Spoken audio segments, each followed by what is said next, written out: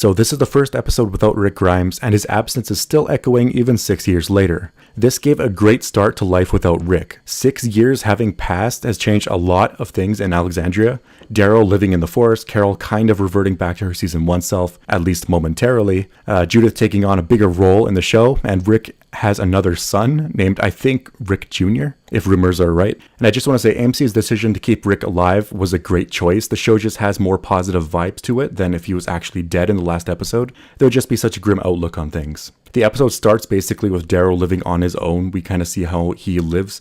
He's hunting fish, he has to kill a walker, kind of ruining his harpoon. But he just can't get over the loss of his best friend. Honestly, this lifestyle probably fits him more than living in a community. We saw a lot of conflict with Rick and Daryl back in season 8. He was just more adept at fighting and not at peace. We also have Henry and Carol going to the hilltop, which is interesting considering in the comics, Rick basically brings Carl to the hilltop to learn from someone, to become an apprentice, I think to become a blacksmith. With Carl dead and Rick off on his own for the time being, someone has to take on the storyline, and I think it's actually a good choice to choose Henry, because there's literally no other choice.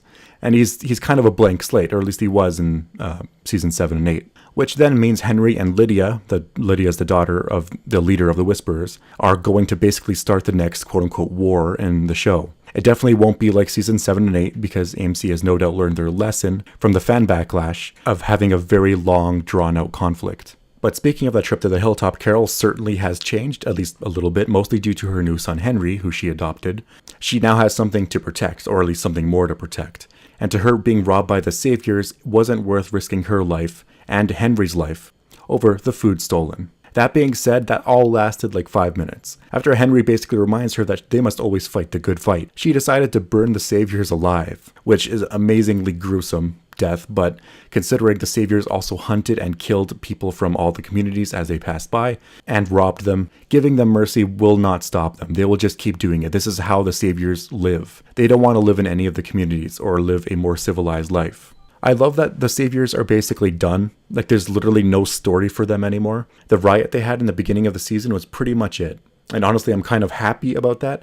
The Saviors really just, their entire character was that they were just terrible people. That's all to their character. If there were a group of Saviors and you pick any one of them, they would have the same personality as the next person. So I'm just happy that we're moving on from them, finally. Gabriel is taking on the role of Eugene from the comics and trying to contact the outside world, seeing if there's any other communities just like theirs or just some ragtag group of survivors that they can take in.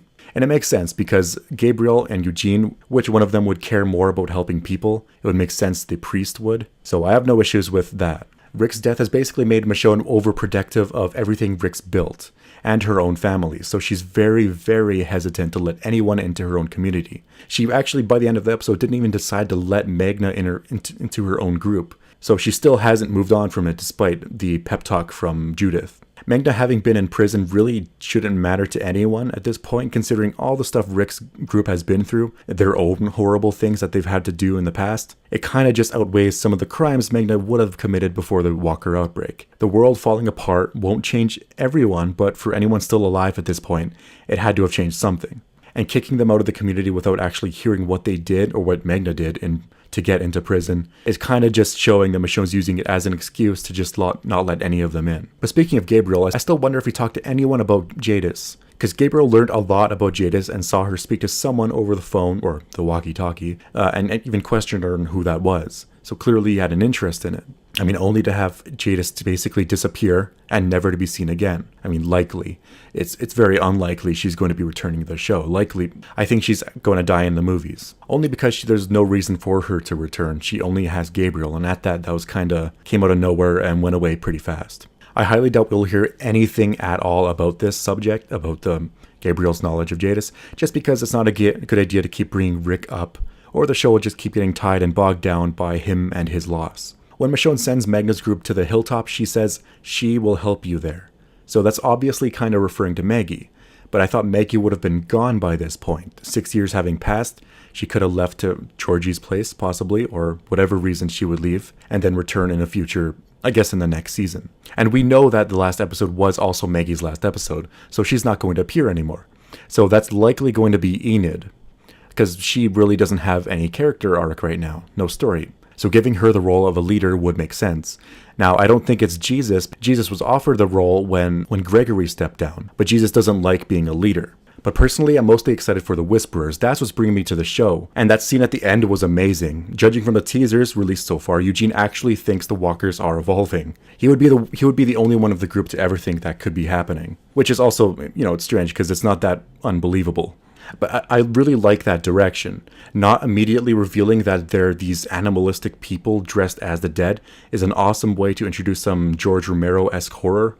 And I really want the Whisperers to be handled like there's something the group has never seen before. Because in the comics, they're basically the worst case scenario for a zombie apocalypse. They are people that forgot how to be people. They are more akin to animals at this point. I just imagine they're going to behave something similar to how Jadis' group behaved in Season 8. Or they could just be more like normal people and only behave like that when they have to put on the facade. But anyways, I think this episode's a great start for a story without Rick Grimes. When Rick first left the show, I was worried that Walking Dead would just lose its momentum. But after this episode, I'm pretty excited for where it's going to go from here. Because with Negan in Season 8, Negan's introduction and Glenn's death were basically the highlights. Everything else was just kind of, tying a string from dot to dot. The string itself is not interesting, and that somehow that was stretched over like 30 episodes. So I'm glad the new showrunner has changed the tone and the dialogue. And when I say dialogue, she's actually putting dialogue in. Daryl has said more in the last episode than like the entirety of Season 8. And that's barely an exaggeration. Angela King basically brought life and realism back into The Walking Dead. But anyways, make sure to subscribe and ring that bell because subscriptions don't always work for some reason. And until the next video, thanks for watching.